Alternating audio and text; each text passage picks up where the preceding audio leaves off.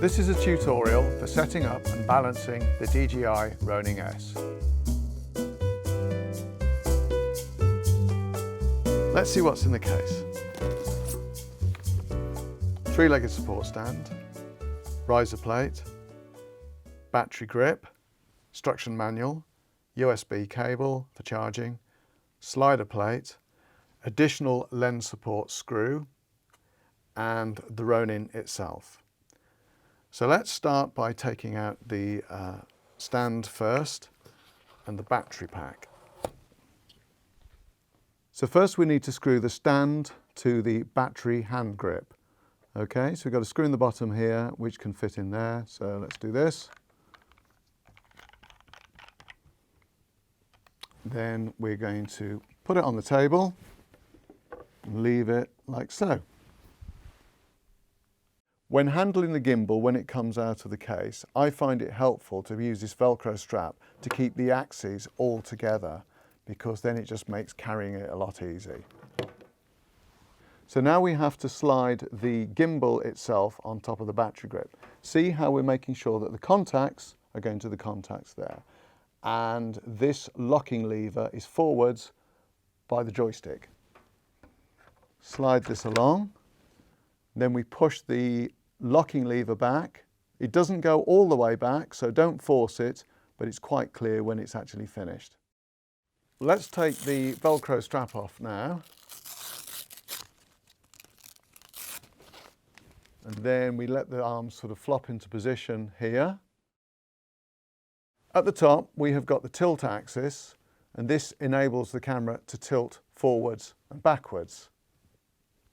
Next is the roll axis. This controls the tilt from side to side. At the bottom is the pan axis, and this controls the panning movement from side to side of the camera.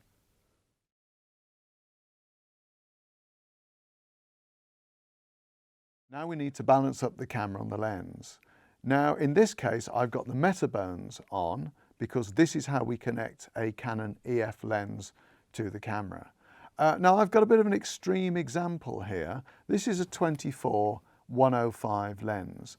Now to be honest, when you're using the gimbal, you really want to be on the wide-angled end of the lens rather than the long lens, because it makes focus very difficult indeed to control. The other issue that you do have with using a zoom lens like this is every time that we change the focal length of the lens, like so, then you're going to muck up the balance. So, and it's another reason why I would think twice about using this lens at all. However, if you do want to use this lens and you've made that decision, so we assume we're going to put it back onto the 24 end. What we need to do here is first we put our riser plate on here, then we screw this into the metabones rather than the camera, because the centre of gravity is better here. So let's screw this in. Let's just get this in the centre like so. Nice and tight, don't do this with your fingers, use a coin or a screwdriver. Now we need to put on our sliding plate. We've got an arrow here, which means that's where the lens is. And you can see here, I have got this Y-shaped adapter and the screw, which we've got from the kit. What we want to do is set this to the part of the lens that doesn't move with the zoom, like so. So we're going to set that to here, okay? And then I need to put my screws in, like so. Let's just do this loosely until we get this into the right place.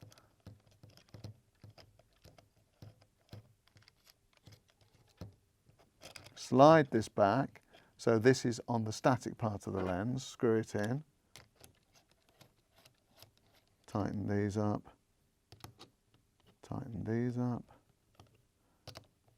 and again, and again. Tighten this. So now you can see that you've got this lens support on the underneath, it's holding the lens up. But we have still got focus is uninterrupted and zoom is uninterrupted, like so. And then if we wanted to use this lens, we could then now put it onto the Ronin. But I'm not going to demo this lens, I'm going to demo this with the kit lens or a prime, because it's going to be so much more effective than using this one.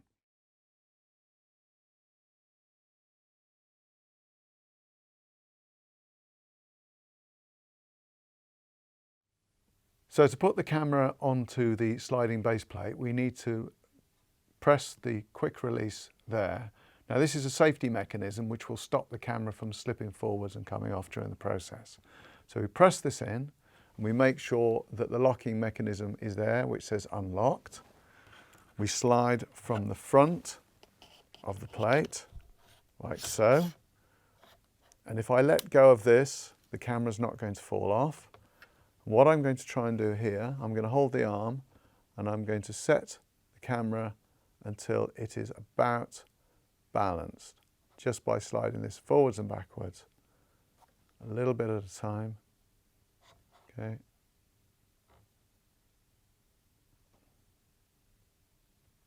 Lock that there. Okay, so that is fairly well balanced here, but then we need to adjust this tilt mechanism as well. Okay, so if we slide this way, you see it's not quite right. It's tipping forwards a little bit. So I'm just going to adjust this lock just there, and I'm going to slide this ever so slightly forwards like so.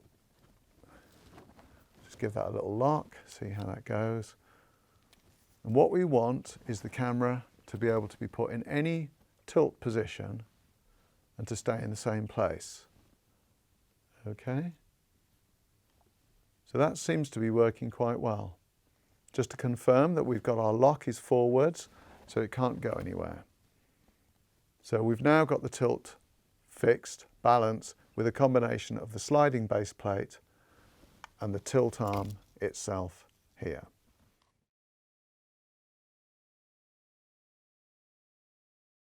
Now we've got two options for this. We have got this slider directly underneath the camera here.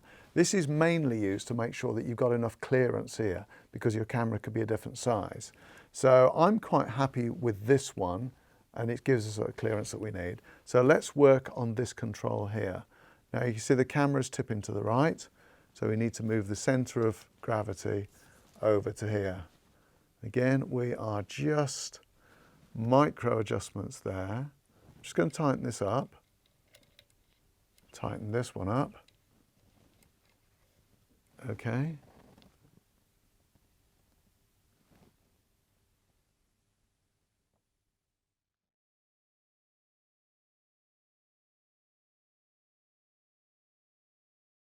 Now we need to check the pan and see if that's unbalanced. The best way to do this is to actually tilt the camera off axis.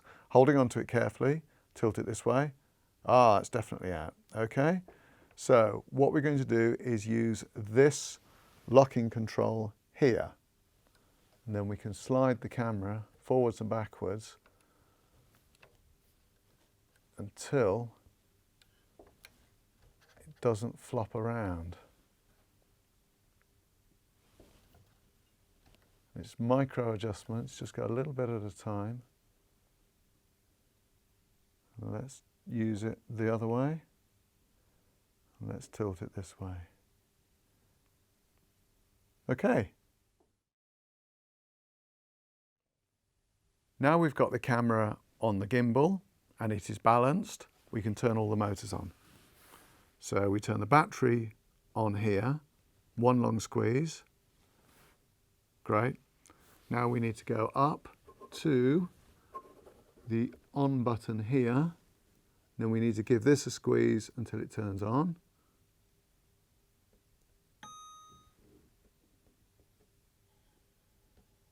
And the camera then sets itself up and points forwards. I've got the Ronin app on my Android phone, which I got from the Play Store. You can get it on your iPhone from the App Store. So let's open it up.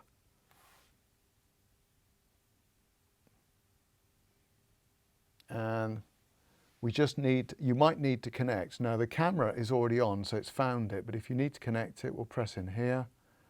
And can you see it says device list, Ronin S, okay? So we just press that and it'll connect.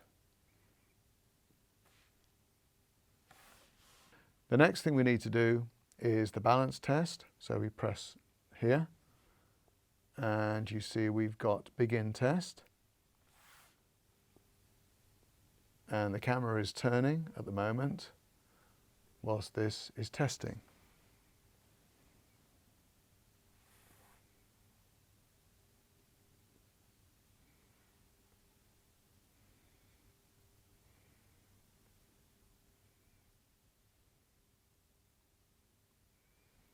Okay.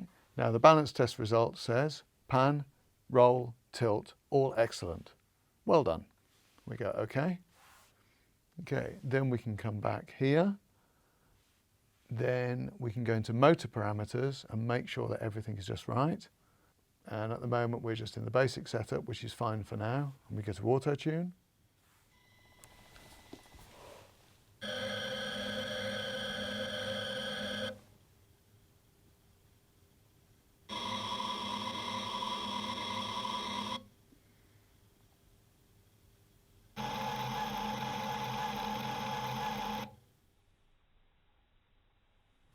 There are more parameters that you can change with the motors, but for now we will just stick with basic for this tutorial.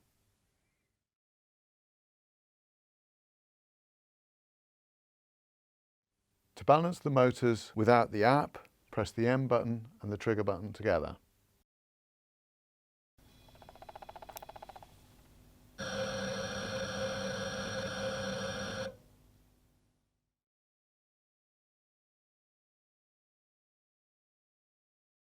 To charge the Ronin, around the rear of the gimbal, we've got this USB connector, which we plug in here, and we put this end into a computer.